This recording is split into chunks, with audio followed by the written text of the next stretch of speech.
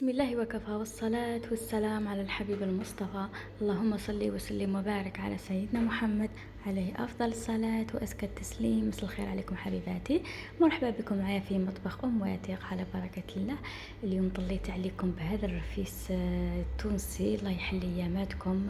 كما راكم تشوفوا رفيس تونسي بريزونطابل، تقدروا تقولوا عليه بريستيج. درته بلمسه يعني خفيفه، رشه هكا تاع اللوز من الفوق. تقدروا تزينوه باي حاجه حبيتوها. كيما راكم تشوفوا راح نعطيكم اسرار نجاح الرفيس التونسي، كيفاش يجيكم يعني طري ما يبش، يبقى معكم لاطول فتره ممكنه بلا ما يبس. وكيفاش ايضا راح نعطيكم اسرار كيفاش تتحصلوا على هذا اللون الدوغي الرائع. كما تعرفوا الرفيس التونسي بزاف صحي، خاصة تقدروا ديروه اللمجة لأطفالكم. تقدروا ديروه لهم الحفلة تاع نهاية السنة ولا أي حفل في المدرسة، يعني يسلك مليح ويقطع كمية لا بأس بها. على بركة الله عندي تمر الغرس اللي كنت نقيته بهذا الشكل. تمر الغرس يعني هذاك تاع الميزان، ماشي تاع الباكي. تاع الباكي يعني ما علاقش كامل مع الرفيس التونسي، راح يجي كحل وراح يعطي له طعم تاع مراره، لانه هذاك تاع الباكي يجي مرحب، يعني يرحيو فيه كل حاجه يلقاوها في طريقهم. ماشي كيما هذا تاع الكيلو، يعني تنقوه بيديكم، تنحوا له هذيك العلفه، تنحوا له شابو تاع الحبه تاع التمر. استعينوا بالماء ولا بالزيت هكا كتكونوا تنقوا فيه باش يجيكم ساهل. وهنا على بركه الله راني نحمص في الدقيق تاعي او في التيشه. درت في الطاجين تاعي تعرفوه كامل تاع المسمن.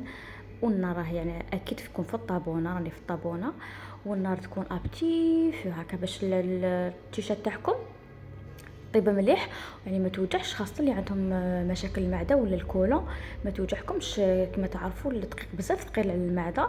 مي كتحمصوه مليح وسختوا اذا فورتوه وعاودتوه حمصتوه راح يعطيكم نتيجه رائعه. ما يوجعش كامل، لا في يعني في لا في الاستوما لا في الكولون ولا في حتى حاجه ان شاء الله. كما راكم تشوفوا بعد ما حمصت الكميه تاع الدقيق تاعي بهذا الشكل، يعني سيو تخلوها دوغي ما تحمصوهاش بزاف.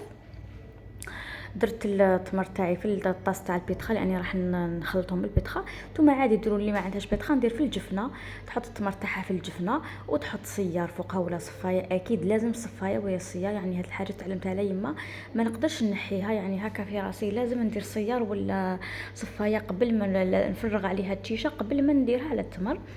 وراني نحمص في التيشيرت تاعي. شوفوا اللون اللي تحصلت عليه، تحصلوا على هذا اللون الدوغي الشباب. بعد ما كملت الكميه تاع يعني درت انا كيلو تاع التمر مع الكيلو تاع التيشه. وانتم تقدروا ديروا اللي ما يحبش الحلاوه بزاف يدير كميه تاع التيشه تكون اكثر من التمر. ضفت عليهم 250 تاع الزبده، والزبده اذا لقيتوا زبده تاع البقره راح تكون يعني احسن بكثير، خاصه اذا درتوها لمجه لاطفالكم ولا زعما المراه نفسها ولا واحد مريض.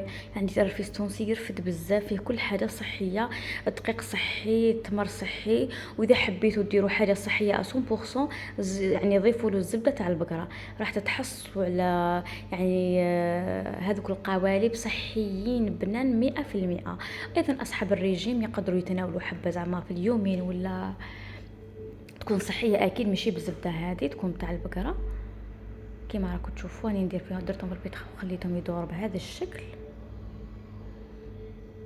نتوما اذا درتو في الجفنه يعني حكوا غير بيديكم، يعني الرفيس التونسي ما في حتى صعوبات، حكمي غير بالكف تاع يدك وحكي هذيك الزبده مع التمر مع التيشه، يعني لازم تدخلوهم كامل مع بعضاهم، يعني تحسوا باللي هذاك التمر ذاب شويه. الزبده اكيد الزبده غير ديروها الذوب، لانه التيشه تاعي تكون سخونه، راح تسخن لكم التمر وتسخن لكم الزبده. وكما راكم تشوفوا فضلت اني نديرهم بهذا المول. نتوما لكم الاختيار، تقدروا ديروه باي شكل حبيتوا، تقدروا ديروهم مدورين، تقدروا ديروهم كيما انا ولادي ما يحبوش الطابع. دائما كي ندير نخلي لهم يعني كما يقولوا هما بالون، ندير لهم بالونات صغار ونحطهم لهم ياكلوهم. مي اذا عطيت لهم هكا في الطابع ما يحبوش. تقدروا ديروهم دورين، تقدروا ديروهم كيما بكري كانوا يديروا كشغل كيما متقبه، يخبزوها خبزه كبيره ويقطعوها مقروطات، يجوا بزاف هايلين. وديروا اي طابع حبيتو، يعني كيما حبيتو. كيما راكم تشوفوا نجيب كميه تاع الرفيس تاعي، نحطها في المول تاعي، ونحط المول دوزيام فوق هذاك المول الاولاني الدخلاني. كيما راكم تشوفوا عاودت معكم حبه هكا باش تفهموني، خاصه اللي جامي شافوا هذه الطريقه.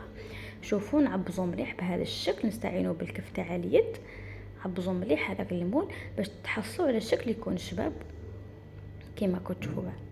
بليك الشكل يجي مبرد، يجي مم الحبه تجي متحوفه، ما تجيش بزاف كبيره ما تجيش صغيره، يعني تجي في الحد المعقول والمطلوب.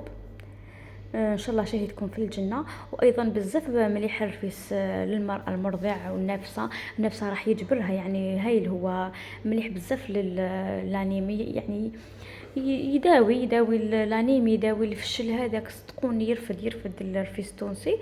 وايضا المراه اللي ترضع يدير الحليب بزاف، لانه غني بمواد هايله، راح يعاون المراه بزاف في الرضاعه.